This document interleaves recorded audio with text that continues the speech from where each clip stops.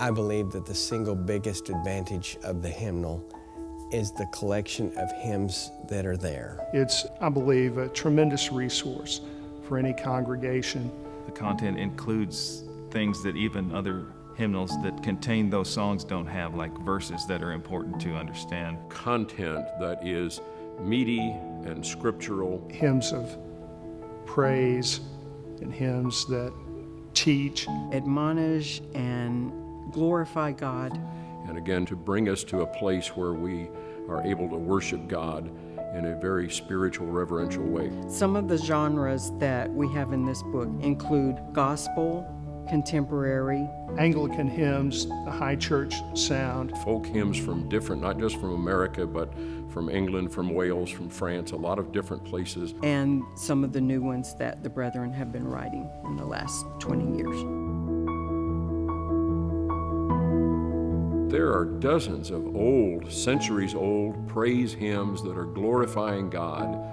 They have survived the centuries and been used by Christians for generations to praise God because they're good, because they're a happy marriage of music and lyrics. The way that the hymns are phrased on the sheet music, there's not a lot of interruptions in the message. This concept of phrase notation allows a person reading across a line to get an entire thought in one line. Individuals who are responsible for leading a congregation in worship, they can spot some of the differences that set this hymnal apart, and many song leaders who have had a look at it, who have actually tried it, come away very enthusiastic about it. The resources or the indices in the back of the book, we have several. We have a topical index, and that's very helpful for song leaders. We have an optional arrangements index, and that just gives the song leader something to think about, maybe do something different that's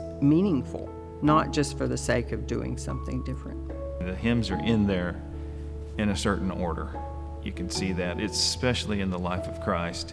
Hymns about things that Jesus did The Transfiguration, his baptism, to his crucifixion, his resurrection, are in the book in that order. and then ends with more than 100 hymns of invitation. I think it's a unique approach to a congregational hymnal that allows a number of different uses. This is the hymnal that will grow each person spiritually. It has all the content, all the features, everything that it needs for the individual and the congregation to grow.